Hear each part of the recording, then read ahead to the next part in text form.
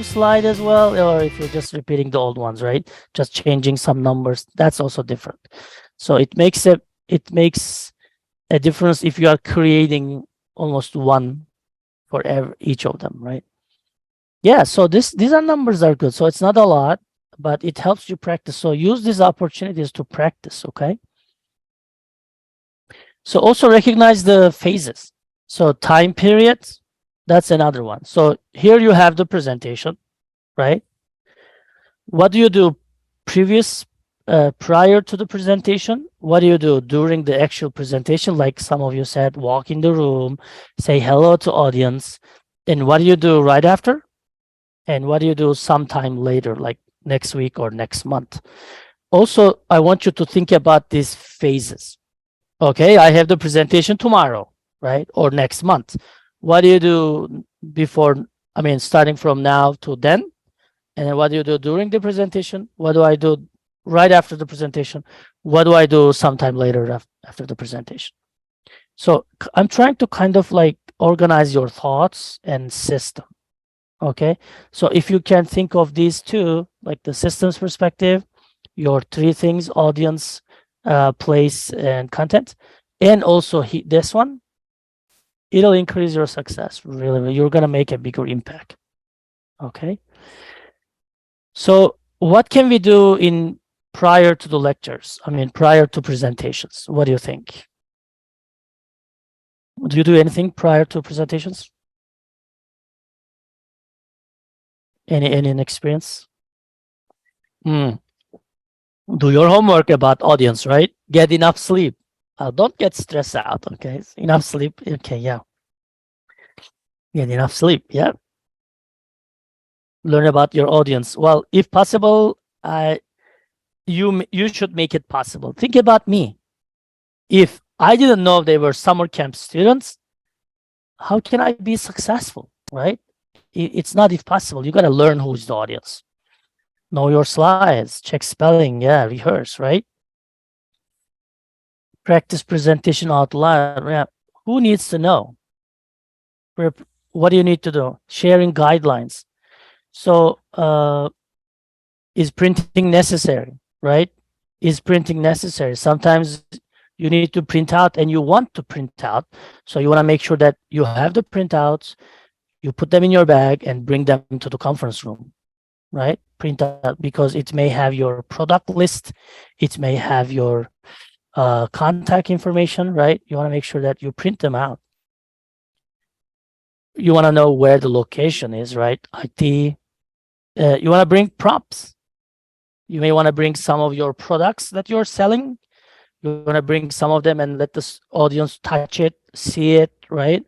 Feel it so that they can order later, things like that. If you're going to use clickers or survey links to keep the audience because their attention span is 10 minutes, you want to use clickers or surveys. Hey, now open up the link, read this QR code and open up the link and answer the questions, right? So this will help you bring back the audience attention, right? And you want to know if there's a hybrid presence, right? If is everybody's in the room or there are some online as well. How about the during? Well, during is another story. Okay, we're gonna mention that next time. But be positive, dress for success, show confidence. Nobody knows better than you because you are the expert. You prepared it. You know your slides. You tailored it to audience. You know it, right? So be confident. Use body language, eye contact, right? That's why I say turn on your cams if possible. Gestures. We're gonna cover those next time. Okay. So how about post? What do you do after the presentation? Let's see some thoughts. Make sure you can access the presentation. Oh yeah. What do you do after the presentation? Do you do anything really? Ricky, you are making 5 presentation a week, the previous position. What were you doing after presenting? After I would ask the Like people. it's ended, like it's tomorrow now. Do you do anything? Did you do anything? Oh, I would do follow-ups, asking if there's anything needed for moving forward, or if they have any questions in regards to the presentations. Exactly. Maybe you want to share the slides later. Maybe you can get the attendance, their emails, and then you can follow up with them, right? That's good. Send a link to presentation with notes. Yeah, that can be possible. So you can follow up them if some of them are interested in your product or you want to catch up later, right? Go through the slides again and try to some. Yeah. Oh, that one is a good one too. Just send a thank you note. Thanks for having me, right? That's great. And we usually forget about this one, but just say who is the organizer, not the real audience, but the organizer, right? The committee. Send them a thank you note. Thanks for having me. I really enjoyed, right? Give a searchable and meaningful file name so that you can find it later. That sometimes we forget. Archive digitally and archive physically. If you think that you're gonna lose it, then just print it out. Sometimes it helps. Move it to your personal folders. Maybe you will leave the company next year. You don't want all of your slides to stay there, some important ones. Move it to your own if there's no IP issues or confidentiality issues, right? Share with others, promote it. Just go on LinkedIn and say, I really enjoyed presenting whatever in this company. Thank you for having me. Just post it, make a post on LinkedIn and promote your work, right? So it's a big world. It's a large world. It's a crowded world. It's a busy world. Nobody's gonna find your presentation. You are gonna share it with others and promote your own work. That's one of the things that I want you to do. And reduce, reuse, recycle for the next time. Like who said it? Yeah, someone said like change your errors and things like that. Yeah. So if you have any problems, that change it. If anything wrong, change it and recycle and reuse.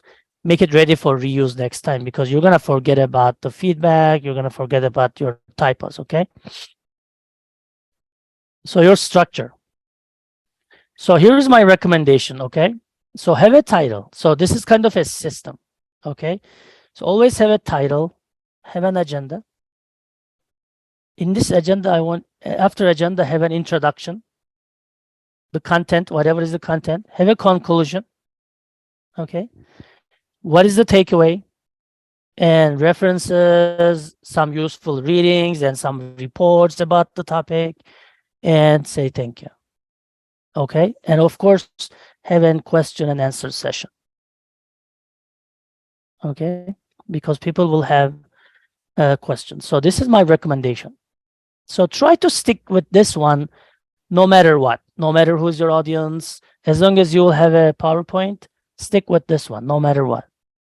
This will organize your thoughts and you can add and delete some of them, add more if you want, but have your own style. Okay, so this is my recommendation.